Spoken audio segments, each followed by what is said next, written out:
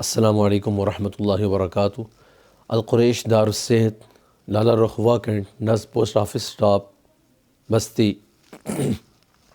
حکیم قاضی محمد طیب قریشی آپ کے ساتھ۔ ہم اپنے چاہنے والوں کو شعبان المعظم کی اس 15 تاریخ کو، شب برات کو، حدیث میں آتا ہے ترزقون بضعفائکم، اللہ تمہیں اتنا رزق نصیب فرمائے گا اگر اس اصول کو اپنی زندگی کا حصہ بنا لو۔ تمہیں جو رزق دیا جاتا ہے تمہارے کمزوروں پر رحم کرنے کی وجہ سے دیا جاتا ہے۔ گھروں میں بوڑھے لوگ ہیں، بچے ہیں، خواتین ہیں، کمزور لوگ ہیں، آپ کے ماتحت طبقہ ہے۔